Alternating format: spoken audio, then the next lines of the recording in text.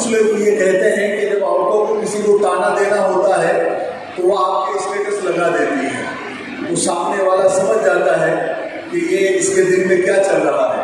تو آپ کے ویڈیوز بہت ساری عورتیں کسی کو تانا دینے کے لیے بھی لگا دیتی ہیں۔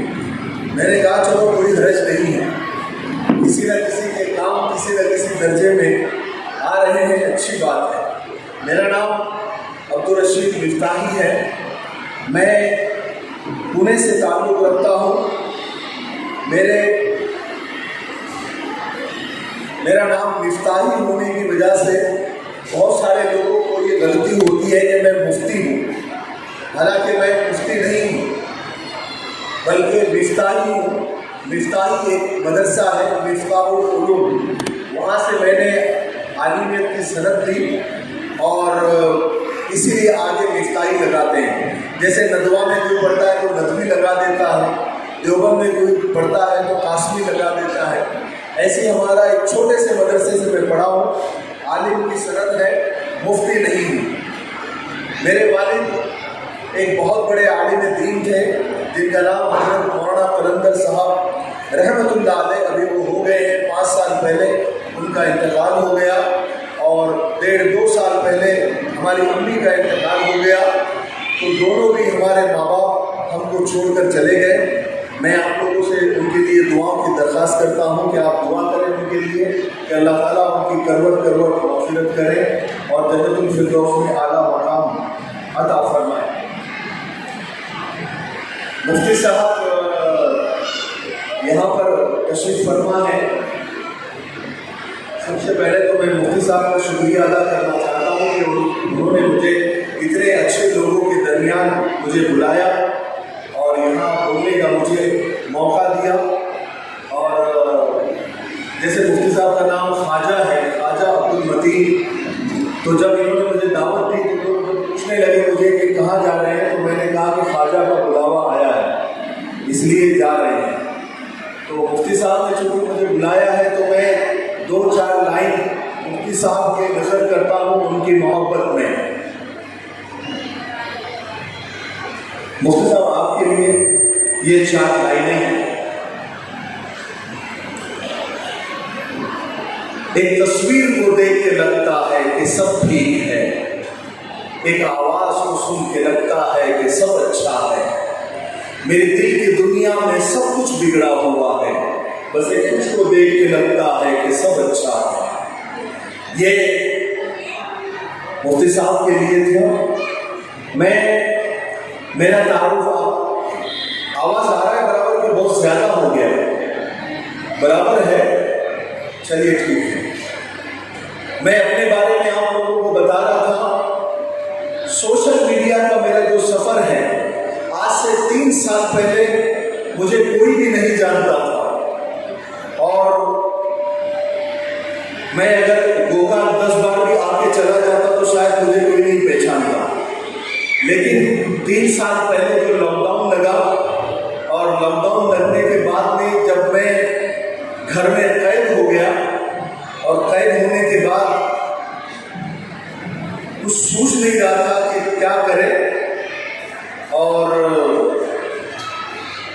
اس وقت ٹک ٹاک چلتا تھا، بہت سارے آپ بہنوں کو پتا ہوگا کہ ٹک ٹاک ایک ایپ ہے جس کے اوپر ناچ گانا کامیڈی یہ وہ سب ایسے فنی ویڈیوز یا میوزک کی ویڈیوز کامیڈی ویڈیوز اس کے اوپر آتے تھے، تو ہم دیکھتے تھے۔ دماغ میں یہ بات آئی کہ یہ لوگ 15-15 سیکنڈ میں ناچ گا کر یا کامیڈی کر کر لوگوں تک اپنا جو بھی ٹیلنٹ ہے وہ پہنچا رہے ہیں، تو کیوں نہ ہم کچھ اچھی باتیں کر کر اس کے اوپر لوگوں تک پہنچائے، ایک اچھا ذریعہ ہے۔ تو ہم نے کوشش شروع کی اور حدیثوں کو لے کر، اقوال زرین کو لے کر ہم نے ویڈیوز بنانے شروع کیے۔ تو اچھی ویڈیوز ہم نے بنائی، لیکن کوئی رسپانس نہیں تھا، یہاں تک کہ ہم نے 350 سے 400 ویڈیوز ہم نے بنا دی، لیکن کوئی دیکھنے والا بھی نہیں تھا۔ لیکن بہرحال ایک ہوتا ہے نا کہ مایوسی آنے لگتی ہے لیکن مایوسی کو آنے نہیں دینا چاہیے. تو میں نے بہت کوششیں کی لیکن کچھ ہوتا نہیں تھا. اچھا ویڈیو بنانا اتنا آسان بھی نہیں ہوتا جتنا لگتا ہے. جو ویڈیوز بناتے ہیں ان کو پتہ ہوتا ہے کہ ویڈیوز بنانا کتنا مشکل کام ہے. پھر ایک وقت ایسا آیا کہ میں تھوڑا سا مایوس ہونے لگا کہ کوئی فائدہ نہیں ہے ویڈیوز بنا کر بند کر دینا چاہیے. لیکن پتہ نہیں ایک مرتبہ ایسا ہوا کہ میں نے ایک حدیث تھی وہ، کیونکہ اکثر میں جتنی بھی ویڈیوز بناتا ہوں اس میں میکسیمم حدیثیں ہوتی ہے یا قرآن کی آیتوں کا ترجمہ ہوتا ہے جس کو میں اپنے ڈھنگ سے الگ طریقے سے پیش کرنے کی کوشش کرتا ہوں آج کے زمانے کے حساب سے. کیونکہ آج کا سب سے بڑا کمال یہ ہے کہ آپ کسی کو ویڈیوز پر روک دو تھوڑی دیر کے لیے، ورنہ سوائپ اپ کا زمانہ ہے.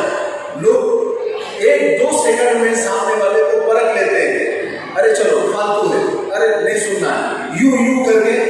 لیکن کسی کو روک دینا اور پورا 1 منٹ تک روکے رکھنا یہ بہت بڑا کمال ہے آج کے زمانے میں. تو میں نے ایک حدیث پڑھی اور اس کو اپنے انداز سے میں نے پیش کرنے کی کوشش کی. اس کا ایک ویڈیو بنایا جبکہ میرے 5-6 ہزار فالوور تھے اور لائکس وغیرہ بھی کچھ نہیں تھے.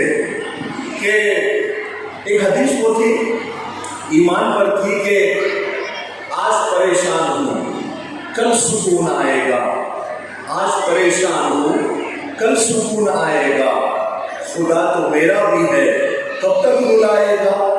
میں نے یہ ویڈیو بنایا، یہ ویڈیو بنا کے میں نے اپلوڈ کیا اور میں نے سوچا کہ یہ آخری ہے. صبح جب اٹھ کے دیکھتا ہوں تو وہ ویڈیو وائرل ہو چکا تھا اور اس کے اوپر لاکھوں میں ویوز آ چکے تھے، لاکھوں لوگ اس کو دیکھ چکے تھے اور کئی ہزار فالوور مجھے مل چکے تھے. تو اللہ تبارک و تعالیٰ جب ایک بندہ محنت کرتا ہے، محنت کرتے کرتے جب اس لیول تک پہنچتا ہے جہاں تک اللہ چاہتے ہیں تو پھر اللہ تعالیٰ اس کا پھل اس کو دینا شروع کر دیتے ہیں. تو یہ سب اللہ کا فضل و کرم ہے اور لوگوں کی، آپ لوگوں کی محبت کی وجہ سے یہ ہو پایا ہے. میں اس کا کریڈٹ دینا چاہوں گا خود کو اور میری محنت کو. اور میں آپ کو بتا دوں میں اپنا بہت فیوریٹ ہوں کیونکہ میں محنت کرتا ہوں، مستقل کرتا ہوں اور بنا رکے کرتا ہوں. میرے جو پہلے ویڈیو سے فالوور آنے شروع ہوئے تو آج تک الحمدللہ 3-3.25 سال ہونے کو آئے، میں رکا نہیں ہوں اور نہ میں نے پیچھے پلٹ کر دیکھا. اور الحمدللہ آپ کے بھائی کی کامیابی دیکھ کر آپ بہنوں کو خوشیاں ہوگی اور جو ہماری بیٹیاں ہیں ان کو بھی خوشی ہوگی کہ آج سوشل میڈیا پر میرے اپنے 15 ملین فالوور ہیں. 15 ملین کا مطلب 1.5 کروڑ فالوور ہے. یہ جو میرے اپنے ہیں، میرے اکاؤنٹ جن لوگوں نے بنائے ہیں اگر ان کو پکڑ لو تو کم سے کم 20 ملین کے اوپر فالوور جاتے ہیں. آپ بہنوں کو اور زیادہ خوشی اس بات میں ہوگی کہ اس میں سے 30 سے 40% جو فالوور ہیں، جو فالو کرتے ہیں، محبت کرتے ہیں، وہ برادران وطن ہیں، یعنی ہمارے غیر مسلم بھائی ہیں. آپ لوگوں میں سے بہت سارے لوگوں نے ان کے اسٹیٹس پر، ہمارے غیر مسلم بھائیوں کے اسٹیٹس پر بھی ہمارے ویڈیوز دیکھتے ہوں گے. تو اس کے پیچھے بہت محنت ہے. میں ہمیشہ کہا کرتا ہوں کہ مجھے اونچائی پر دیکھ کر حیران ہے بہت لوگ، مجھے اونچائی پر دیکھ کر حیران ہے بہت لوگ، پر کسی نے میرے پاؤں کے چھالے نہیں دیکھے. تو یہ جتنی بھی چیزیں ہیں بنا محنت کے نہیں ملا کرتی. آج الحمدللہ جہاں بھی جاتا ہوں تو لوگ پہچان لیتے ہیں اور ایک اللہ تبارک و تعالیٰ نے ایک تھوڑی سی شہرت دی ہے اور تھوڑی سی محبت دل میں ڈالی ہے اور میں اس کو نعمت سمجھتا ہوں. میں غرور کے طور پر کبھی اس کو پیش نہیں کرتا، بلکہ مفتی صاحب یہاں بیٹھے ہیں، مجھ سے زیادہ پڑھے لکھے ہیں کہ جب اللہ تبارک و تعالیٰ کسی سے محبت کرتا ہے تو پہلے آسمانی دنیا میں اعلان کرتا ہے، یعنی فرشتوں کے درمیان کہ فلاں شہر میں فلاں بندے سے میں محبت کرتا ہوں، اے فرشتوں فرشتے آ کر یہاں اعلان کرتے ہیں لوگوں کے درمیان کہ اللہ تعالیٰ فلانے بندے سے محبت کرتا ہے، اے بندو تم بھی اس سے محبت کرو۔ تو یہ جو آپ محبت میں یہاں تشریف لائی ہے، یہ اسی اعلان کا نتیجہ ہے، اور یہ میرے لیے بہت بڑی بات ہے، اور میں اللہ کا ہمیشہ شکر ادا کرتا ہوں، اور میں میرے لیے اور میرے جیسے محنت کرنے والوں کے لیے چند لائنیں پیش کرتا ہوں، اور میں یہ اسی لیے کر رہا ہوں کہ جو بھی آپ لوگ محنت کرتے ہیں، محنت کرتے رہیے، چاہے جس لائن کی بھی ہو، آپ محنت کرتے رہیے، محنت کا نتیجہ، محنت کا پھل آپ لوگوں کو ملتا ہے۔ میں ایک مرتبہ بیچ میں روک کر یہ پوچھنا چاہتا ہوں کہ پیچھے میری آواز صاف آ رہی ہے؟ تو ایک دو بہنیں ہاتھ اٹھا کے بتا دیں کہ آواز صاف آ رہی ہے۔ پیچھے والے آواز آ رہی ہے؟ آواز صاف نہیں آ رہی کہ آ رہی ہے؟ یہ اس طرف بھی آواز صاف آ رہی ہے آپ لوگوں کو؟ نہیں آ رہی تو ایسا بتا دیجیے نہیں آ رہی ہے۔ آ رہی ہے، چلیے بہت اچھا۔ تو محنت کرنے والوں کی نظر میں اور اپنے لیے بھی میں ہمیشہ یہ کہا کرتا ہوں کہ محنت سے اٹھا۔ اس کا آواز تھوڑا کم کر دو چچا، اس کا آواز تھوڑا سا کم، بہت اور غلط سن رہا ہے۔ محنت سے اٹھا ہوں، محنت کا درد جانتا ہوں، میں آسمان سے زیادہ زمین کی قدر جانتا ہوں۔ لچیلا پیڑ تھا جو جھیل گیا آندھیا، میں مخلوق درختوں کا حشر جانتا ہوں۔ چھوٹے سے بڑا بننا آسان نہیں ہوتا، زندگی میں کتنا ضروری ہے سب جانتا ہوں۔ محنت بڑھی تو قسمت بھی بڑھ چلی، چھالوں میں چھپی لکیروں کا اثر جانتا ہوں۔ بہت کچھ پایا پر اپنا کچھ نہیں مانا، کیونکہ میرا آخری ٹھکانہ قبر ہے میں جانتا ہوں۔ جو کچھ سوچا تھا زندگی میں وہ ہوا نہیں، اور جو نہیں سوچا تھا بس وہ ہوتا چلا گیا، اور یہ سب اللہ کی تقسیم ہے۔ انسان کے دکھی ہونے کی سب سے بڑی وجہ میں آپ کو بتاؤں کہ میرا ان باکس اور میرا ای میل آئی ڈی آپ بہنوں کی ای میل سے بھرا ہوا رہتا ہے، اور مجھے اتنے کال آتے ہیں، اور اکثر ہماری بہنیں پریشان رہتی ہے اور فون اٹھاتے ہی شروع ہو جاتی ہے کہ مولانا میں بہت پریشان ہوں۔ کوئی اپنے ساس سسر سے پریشان ہے، کوئی اپنے شوہر سے پریشان ہے، کوئی اپنی دیورانی جٹھانی سے پریشان ہے، اور آپ کو بتا دوں میں کہ میرے پوری زندگی فیملی میٹرز کو چھڑانے میں گئی ہے۔ الحمدللہ اللہ تبارک و تعالیٰ نے صلح کا اتنا کام لیا ہے کہ مجھے ایسا لگتا ہے کہ اللہ تعالیٰ اگر یہ کام میرا قبول کر لے تو میرے لیے جنت بالکل تیار ہے۔ میں نے اتنے فیملی میٹرز آج بھی دیکھا، اور روزانہ کم سے کم 5 فیملی میٹرز میں سنتا ہوں، اور ان کو جو بھی ہو سکا ہے اپنی طرف سے میں بتانے کی کوشش کرتا ہوں۔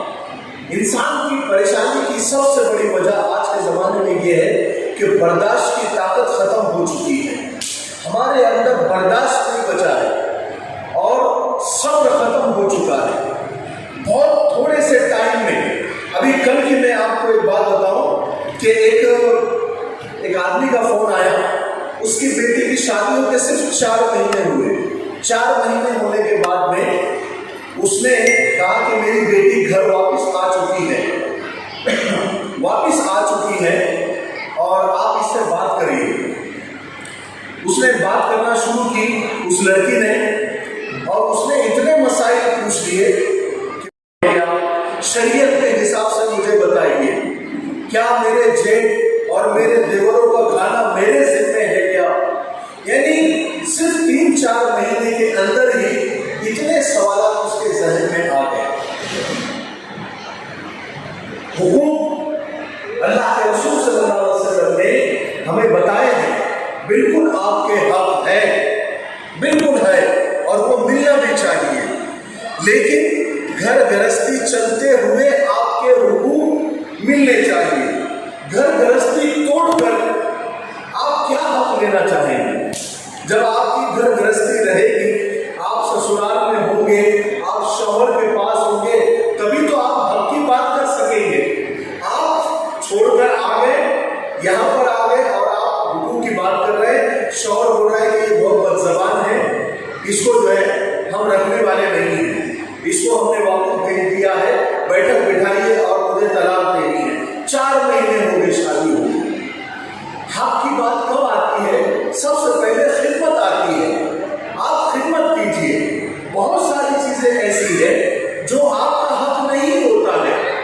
لیکن ایک آپ دیکھیے نا، ایک اخلاق کی بات ہوتی ہے.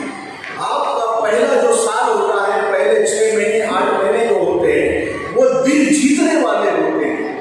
وہاں پر جا کر آپ کو تھوڑا سا دل جیتنا ہوتا ہے، یا نہیں بھی دل جیتنا ہے تو آپ کم سے کم اچھے سے تو رہیے. آپ جا کر تھوڑی سی، آج کل کیا ہو گیا ہے کہ ایجوکیشن بڑھ رہا ہے، لڑکیوں کے اندر ایجوکیشن آ رہا ہے اور بہت کچھ سیکھ جاتی ہے، اور بہت کچھ سیکھ جانے کے بعد وہ جیسی سسرال میں جاتی ہے اور جانے کے بعد وہ فوراً فائرنگ شروع کر دیتی ہے دوسرے تیسرے دن ہی. مطلب وہ جو حقوق کی جو گن مشین ہے، رائٹس کی گن مشین لے کر جاتی ہے، 1-2 دن صبر کرتی ہے اور سیدھا فائرنگ شروع کر دیتی ہے. میرا یہ حق ہے، میرا یہ حق ہے، یہ میرا یہ حق ہے، مجھے چاہیے، مجھے چاہیے، اور پورا ستیہ کر دیتی ہے. ایسا نہیں ہوتا. آپ ایک تو پہلے تحقیق کر کے شادی کرو. آپ لڑکی کی اگر شادی کر رہے ہیں تو پہلے لڑکی کو بتاؤ کہ وہ جوائنٹ فیملی میں رہنے والی ہے یا نہیں، یا وہ اکیلی رہنے والی ہے. ہماری سب سے بڑی غلط فہمی اور یہ ایک زبردستی ہے بیٹیوں کے اوپر کہ ہم ان کو سب سے پہلے تو ان کی پسند نہیں پوچھتے، پسند پوچھتے نہیں ہیں. یہ سب سے بڑی مسٹیک ہے. اور پھر ہماری بیٹیوں کی بھی ان پر حیا غالب ہوتی ہے تو وہ ماں باپ کے پوچھنے کے اندر سر ہلا دیتی ہے. حالانکہ میں یہاں سجیسٹ کرنا چاہوں گا کہ لڑکیاں جن کی شادی ہونے والی ہے وہ اپنے ہونے والے شوہر کے بارے میں اچھی طریقے سے معلومات لے لے. وہ کون ہے، کیا ہے، صرف ماں باپ کو نکالے گی، جو بھی نکالنا ہے معلومات نکالے، تحقیق کرے، لیکن بیٹی کو ہر بات معلوم ہونی چاہیے.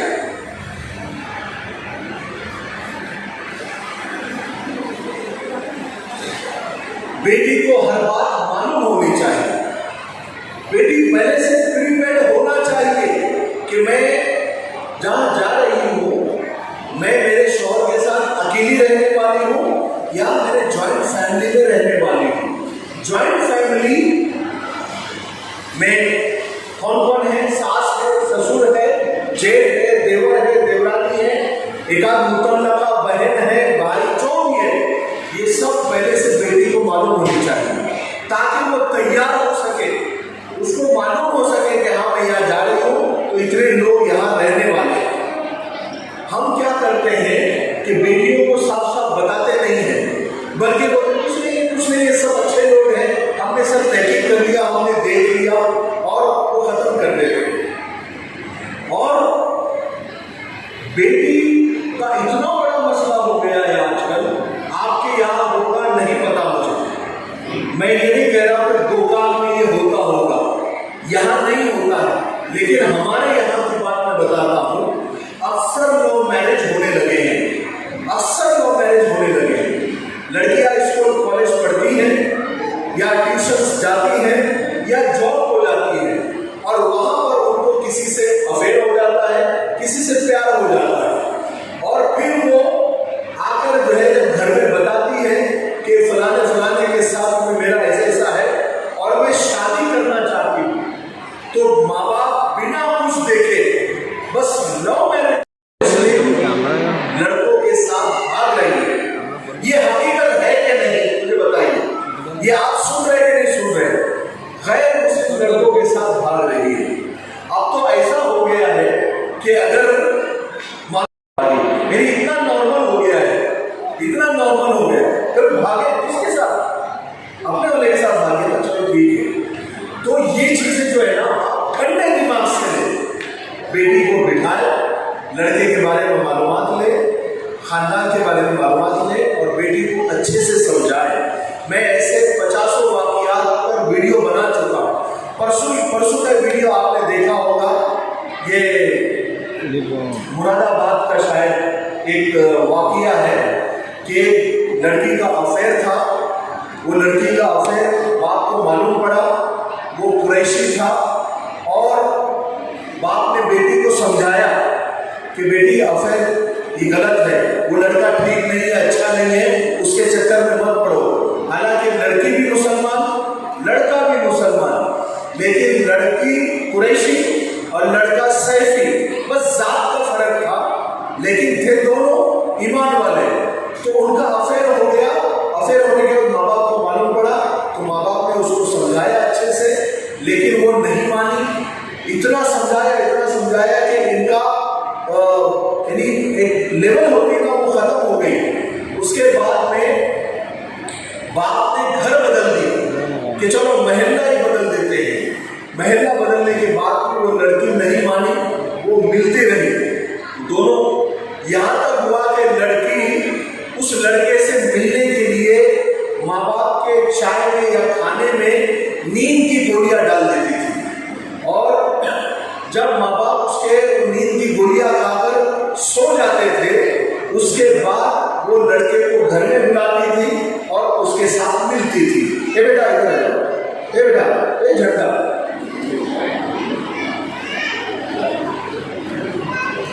سمجھے؟ تو گھر میں آ کے ملتی تھی۔ ایک دن باپ کو معلوم پڑا، باپ کو بہت غصہ آیا، اس نے کیا کیا؟ یہ سچا واقعہ ہے، اور کب کا ہے؟ اسی مہینے کا ہے، اگست کے مہینے کا بتا رہا ہوں، اگست کے مہینے کا۔ تو باپ نے بہت سمجھایا، نہیں سمجھی بیٹی۔ آخر میں ایک دن باپ نے ایک دماغ میں پلان بنایا اور کہا کہ میرا سامان تیار کرو، مجھے جماعت میں جانا ہے۔ جماعت میں کہہ کر وہ نکل گیا، لیکن جماعت میں نہیں گیا، بلکہ وہ رات کو واپس آیا 3 بجے، جب وہ لڑکی کا نام ثانیہ، اس کو پیار سے شائنہ کہا جاتا تھا، تو وہ لڑکی گھر میں سو رہے تھے، رات کو 3 بجے باپ آیا، اپنے بڑے بیٹے کو اٹھایا، ماں کو اٹھایا، سگا بیٹا، سگی اس کی ماں اور باپ، تینوں نے مل کر پلان بنایا، جا کر ثانیہ کے کمرے میں گئے، وہاں ثانیہ کو اٹھایا، اور چونکہ وہ قریشی تھے، جانور کاٹتے تھے، تو بڑے بھائی نے، سگے بڑے بھائی نے ثانیہ کے پیر میں پیر ڈال کر اس کو گرایا، جیسے جانور کو ذبح کرنے سے پہلے گرایا جاتا ہے۔ گرانے کے بعد میں ماں نے اپنی سگی بیٹی کے پیر پکڑے اور باپ نے گلے پہ چھرا پھیر دیا، اور میں آپ کو بتاؤں تب تک وہ کاٹتا رہا جب تک اپنی سگی بیٹی کی گردن الگ نہیں ہوئی، اور گھر میں نالی تھی، نالی کے اندر دھڑ اور اس کا جو سر تھا خون بہنے کے لیے چھوڑ دیا، جیسے جانور کو چھوڑا جاتا ہے۔ جب پورا خون نکل گیا، اس کے بعد میں دھڑ کو ایک پوتے میں ڈالا اور سر کو ایک پوتے میں ڈال کر ایک کو الگ نالے میں پھینکا، ایک کو الگ نالے میں پھینکا۔ اس کے بعد میں پولیس والوں کو جب ایک جو بچے کچرا چھوڑنے والے ہوتے ہیں ان کو وہ پوتا ملا جس میں دھڑ تھا، گردن نہیں تھی، وہ بچوں کو جب ملا، بچوں نے جب اس کو کھولا تو صرف ایک گردن کٹی ہوئی لاش تھی۔ تو پولیس کو اطلاع ہوئی، پولیس آئی، پولیس کو بھی کچھ سمجھ میں نہیں آ رہا تھا کہ یہ کون ہے کیا ہے، کیونکہ گردن ہی نہیں ملی تھی۔ 3 4 دن 5 دن ہو گئے، 5 دن کے بعد ایک انجان فون آیا، یعنی اس لڑکے کے طرف سے ہی فون آیا پولیس کو، اور پولیس کو اس نے بتایا کہ میری گرل فرینڈ ہے، میری محبوبہ ہے، وہ 4 5 دن سے مل نہیں رہی ہے، اور وہ فلانے گھر میں فلانے گلی میں رہتی ہے۔ پولیس وہاں گئی، وہاں جانے کے بعد ثانیہ کے ماں باپ تھے، ان کو کہا کہ تمہاری کوئی بیٹی ہے؟ تو انہوں نے کہا کہ ہاں ہماری بیٹی ہے ثانیہ۔ تو کہا ہے لاؤ، ہم کو بات کرنی ہے۔ پولیس والوں نے کہا، انہوں نے کہا کہ وہ تو اپنے خالہ کے گھر گئی ہے۔ پولیس والوں نے کہا ٹھیک ہے، خالہ کے گھر گئی ہے، ہماری فون پہ بات کرا دو۔ تو ماں باپ ٹال مٹول کرنے لگے، پولیس والوں کا شک یقین میں بدل گیا، ماں باپ کو اریسٹ کیا اور پولیس اسٹیشن لے گئے، سختی سے پوچھ تاچھ کی، تب ماں باپ نے وہ قصہ پورا سنایا جو میں نے آپ کو پہلے پورا سنایا۔ ایسے ہزاروں واقعات سال بھر میں ہو رہے ہیں۔